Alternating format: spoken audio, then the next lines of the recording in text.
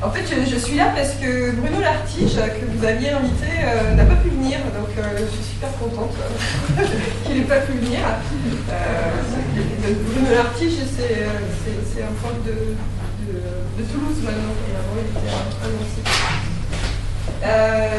Voilà, donc je voulais vous montrer, repositionner un peu une série de résultats que nous avons obtenus sur l'étude du bassin de la Seine. Ce sont différentes thèses. En fait, je vais passer assez vite sur les résultats en eux-mêmes que vous pouvez retrouver dans les différentes thèses et les publications. Ce que je voulais, le message que j'aimerais faire passer, je le mets au début, puis je le remettrai un peu à la fin, parce que c'est gêneux que ça ne passe pas. C'est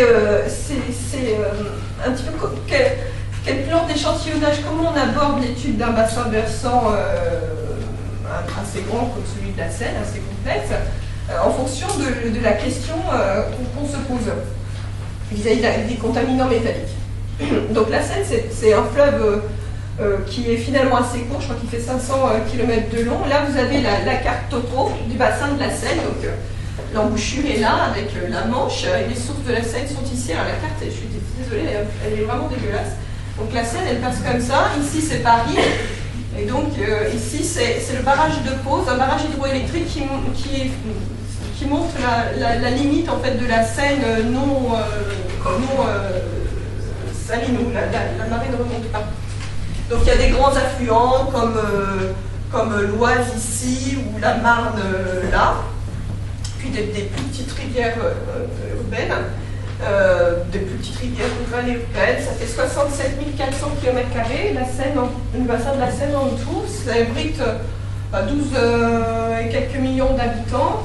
Ça fait une densité de 200 habitants au km². C'est 2 fois la densité moyenne française. En France, c'est 100 habitants au km². Mais la particularité du bassin de la Seine, c'est que parmi ces 12 millions d'habitants, il y en a 9 qui sont là autour de Paris, sur 2740 km². Donc, dans cette conurbation autour de Paris, si j'avais mis une jolie carte, on verrait bien la population remonter le long, autour de Paris, puis le long des cours d'eau. On a là une densité moyenne de plus de 3000 habitants au km² et qui pique à 10 000 habitants au km². Alors on n'est pas encore à Taipei, Taïwan, 40 000 habitants au km², mais c'est quand même déjà des zones qui sont fortement urbanisées, densément peuplées et qui le sont depuis très longtemps en fait. Alors l'autre particularité, c'est que donc cette topo, elle est vachement plate, elle est très plate, pardon, hein, on culmine à 900 mètres du côté du Morvan. On a une géologie calcaire, très peu d'érosion, donc en fait on a beaucoup de polluants dans ces zones urbaines et très peu de sédiments pour les transporter, ce qui fait de la Seine un fleuve très contaminé et pour les PCB il est plus contaminé que le Rhône en fait. On n'a pas très dit, mais on a beaucoup de sources de PCB et finalement peu de sédiments pour les entraîner et les sortir du bassin. Donc en fait beaucoup de choses à transporter mais très peu de camions. Alors moi mon travail à moi qui suis radiochimiste à la base, c'est de travailler sur le cycle des éléments en trace. Et il se trouve que dans le bassin de la Seine, on a plein de contaminants métalliques issus de... La région parisienne a une particularité, c'est d'avoir énormément de toits en zinc. Donc ça représente des hectares de zinc exposés à l'érosion quotidienne par la pluie et le soleil. Évidemment, tout ce qui est incinérateur, les rejets directs par l'industrie sont bien diminués parce que toutes les grandes industries ont quitté le bassin de la Seine vers les années 60. Et puis, donc, on a des réseaux qui sont la plupart du temps unitaires, c'est-à-dire eau pluviale, eau usée, gérée en même temps. En tout cas, c'est vrai pour tout Paris intramuros et la petite couronne. Et puis, de plus en plus sur les zones urbaines extensives en périphérie, des réseaux séparatifs où on gère donc les eaux usées en station d'épuration et les eaux pluviales par dégrantation et ensuite rejet dans le fleuve. Donc on a beaucoup de sources métalliques différentes et là-dessus on va essayer de comprendre quels sont les processus de de ces contaminations, notamment les échanges particuliers dissous, la labilité qui détermine la biodisponibilité, comment est-ce que la grande station d'épuration d'Achères, qui est la station qui est en aval de Paris et qui gère 80% de la population parisienne, c'est la plus grande station d'épuration du monde. Quelle idée leur a pris de faire un truc pareil. Donc c'est extrêmement, c'est vraiment un point de projet très très important. Et puis donc ces zones urbaines très densément peuplées. Donc on va aborder ces problématiques au niveau du bassin versant en entier, donc 67 400 km², 12 millions d'habitants, à travers une étude qui est celle des doctorats de Signe Rianti-Priasi et d'Adeline Bourgeot. Donc vous verrez ce transparent-là un certain nombre de fois, donc vous aurez l'occasion de noter ces noms et les publications et les thèses seront faciles à trouver avec ça. Donc là, il s'agit d'une étude sur 3 sites avec un échantillonnage mensuel. L'autre étude, c'est celle de Pierre Lepape, qui est en cours actuellement, il est en 3e année de thèse. Donc lui, il travaille sur la rivière Orge, qui est une petite rivière du bassin de la Seine, qui se situe dans l'Essonne.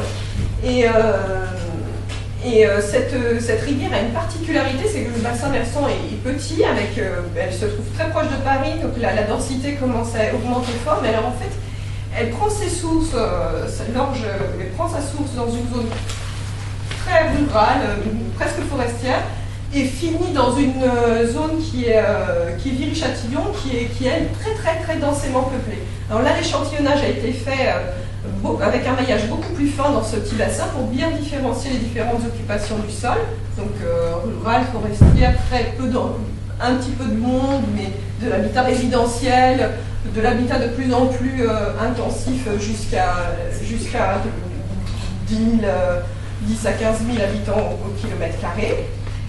Et là, par contre, il a suivi également une année hydrologique comme Cindy à Lille, mais avec seulement 4 campagnes pilotées par l'hydrologie de la rivière. Donc le deuxième type d'études après les études de process, c'est les études temporelles. Donc comment la pollution a pu varier au cours des 10 à 100 dernières années. Pareil, on regardera ce que ça donne quand on étudie tout le bassin versant et ce que ça donne quand on étudie seulement une petite rivière spécifique. Donc on va commencer par les études de process au niveau du bassin versant. Donc 3 sites d'échantillonnage, donc la Seine coule dans ce sens-là. Marnay, le premier site d'échantillonnage. Voilà. Donc c'est un site très rural, très en amont du bassin de la Seine, très bucolique, où on ne s'attend pas à trouver beaucoup de pollution. Ensuite on a le site de Bougival qui est en fait l'île aux impressionnistes, donc immédiatement après, très près de Paris. Et le dernier site, c'est celui de Triel, qui se trouve après la station de traitement des eaux usées d'Achères qui est là. Donc, Bougival qui est vraiment en pleine zone urbanisée, même si la photo ne le montre pas tellement, donc c'est quand même très proche de Paris. Et Triel, où là c'est du résidentiel, mais on a drainé pratiquement l'ensemble du bassin parisien. Donc sur ces sites, on va échantillonner mensuellement la matière en suspension et le dissous défini opérationnellement comme ce qui ne passe pas à travers un filtre ce qui passe à travers un filtre de 0,22 microns. Et on a aussi fait un échantillonnage continu, donc ça c'est ponctuel tous les mois, et continu, c'est-à-dire on met une trappe, on la laisse et on la récupère le mois suivant. Donc une trappe assez dimanche. Donc là-dessus, on a étudié le dissous total, le dissous labile par des méthodes DGT, donc on en a déduit le dissous inerte, et on a étudié évidemment le particulaire, récupéré sur des filtres, filtrés sous azote pour ne pas changer la spéciation, ça ce sont les DGT, ça c'est la collecte, la récupération des trappes sur le terrain. Voilà, donc ça c'est assez, voilà, c'est au seau et au bidon. Et de ça, on a tiré quelque chose que vous pourrez retrouver dans un article, qui est la partition dissous particulière. Donc là, on a suivi une vingtaine d'éléments différents. Là, je vais vous en montrer 8. Les 4 premiers ont une spéciation plutôt particulière, très particulière et très stable pour le plomb, et un petit peu moins particulière et en tout cas plus variable pour le manganèse. Donc je vous ai dit, on ne va pas regarder beaucoup les résultats dans le détail, mais on pourra en discuter.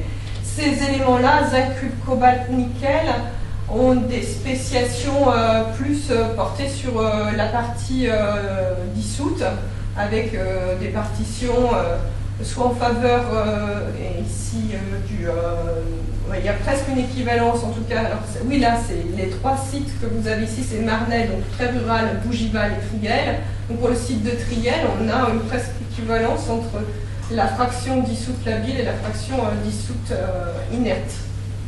Voilà, donc le nickel, un métal qui est vraiment très dissous. Donc voilà le type d'enseignement qu'on va pouvoir tirer de ça. On a aussi fait de la spéciation par extraction séquentielle, de la spéciation EXAFS. Moi, je ne vais pas vous montrer tout ça aujourd'hui. Ça nous permet de déterminer quelle est l'évolution des phases porteuses de métaux, quelle est l'évolution du comportement des métaux depuis Marnay, donc très rural, jusqu'à Triel, en passant par l'aval du bassin de la Seine, en passant par Bougival en pleine zone urbaine. Voilà, c'est le premier enseignement. Après, la deuxième étude s'est concentrée sur la rivière Orge. Je vous disais 7 sites que l'on a suivis depuis la zone amont très rurale jusqu'à la zone très dense. 4 campagnes gouvernées par l'hydrologie sur un an, une année hydrologique. Donc ça c'est le bassin de l'Orge. L'Orge est ici, elle se jette dans la Seine ici, à Viry-Châtillon, donc 300 km². Et la carte ici, c'est l'occupation des sols avec les carrés vers Cacadois, je dirais, ici. Donc là, on a le premier site d'échantillonnage de Tourdan, Saint-Chéron. On a échantillonné les affluents principaux, donc la Rémarne ici et puis l'Yvette. Enfin, bon, ça, c'est le site d'études de Pierre en tout cas. Donc il a une bonne description de la rivière, assez fine en niveau spatial, depuis l'amont jusqu'à la zone très dense ici. Donc on a des zones urbanisées ici, hein, plus beaucoup de verdure dans la zone aval de l'Orge